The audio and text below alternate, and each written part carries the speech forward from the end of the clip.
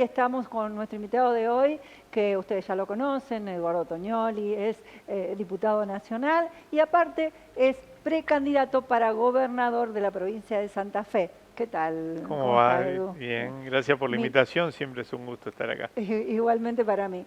Bueno, antes de si vas a agarrar el caos de la provincia, porque la inseguridad es todo un tema, ¿no es cierto? Bueno, evidentemente no hay tema quizás hoy en la preocupación de los santafesinos y santafesinas más importante que la cuestión de la seguridad pública Exactamente. y sobre todo la violencia urbana, ¿no? Que en los últimos 3 lustros, por fijar una fecha, ha crecido exponencialmente. Y digo esa fecha 2009-2010 porque es el momento en el que empieza a crecer la tasa de homicidios Ujú. en la ciudad de Rosario, luego lo mismo en Santa Fe, capital, y pasar de estar en un número similar a la media nacional a estar 2, 3 y a veces 4 veces por encima de esa media nacional. Desde ese momento hasta la fecha, evidentemente Y no nadie pudo dar una respuesta, por lo menos para mermar un poco esto. morigerar esa Sí, situación. Yo tengo para mí que tiene que ver también con deudas históricas que tiene la provincia y con tareas inconclusas. Una de ellas es la necesidad de reformar la policía de la provincia de Santa Fe, es decir, a una situación estructural que tiene que ver con ujú, una ciudad que en pocas décadas cambió su perfil productivo de ser una ciudad industrial que incluía a sus hijos y a sus hijas a través del trabajo, la producción, se convirtió en una ciudad de servicios que nunca recuperó ese perfil, ¿no es cierto?, productivo.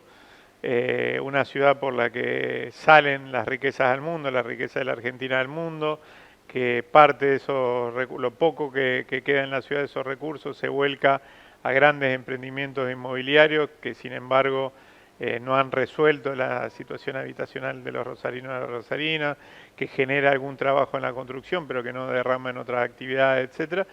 Y paralelamente a todo ese combo, bueno, el lo que decía narcotráfico, antes, ¿no?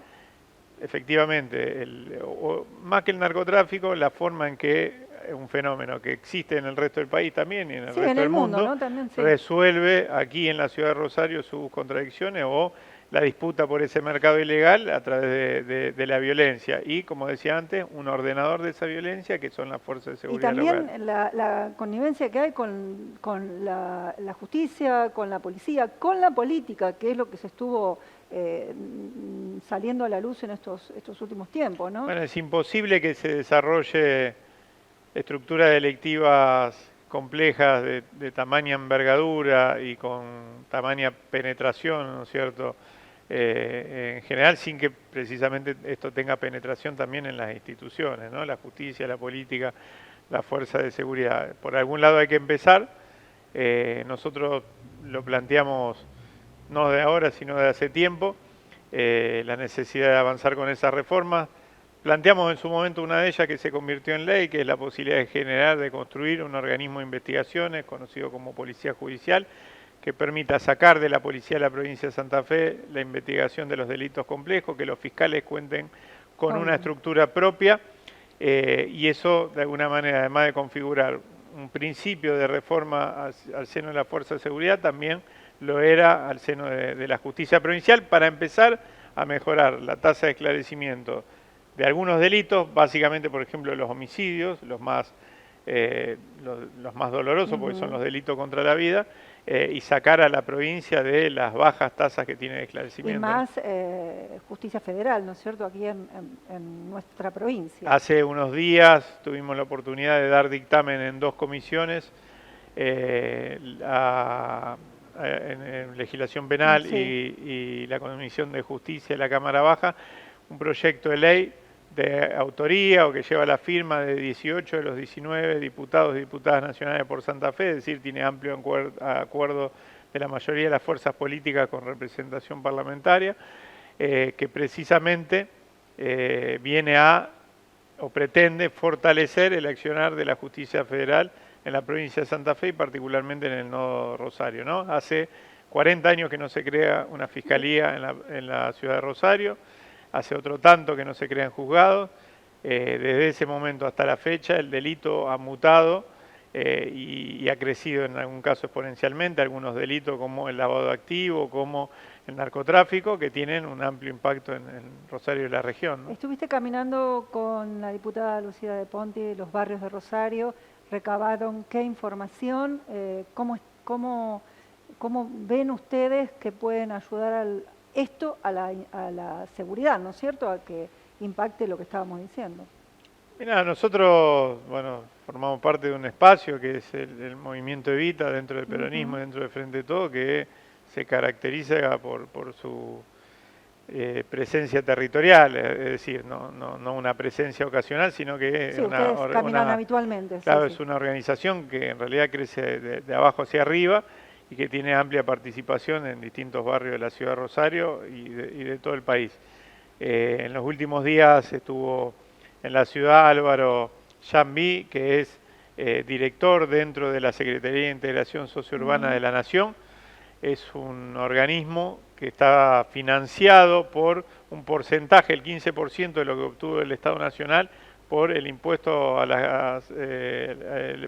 aporte extraordinario de las grandes fortunas, que se desarrolló durante la pandemia, se aprobó durante la pandemia, y con esos recursos se están haciendo más de 900 obras a lo largo y a lo ancho del país de urbanización de barrios populares.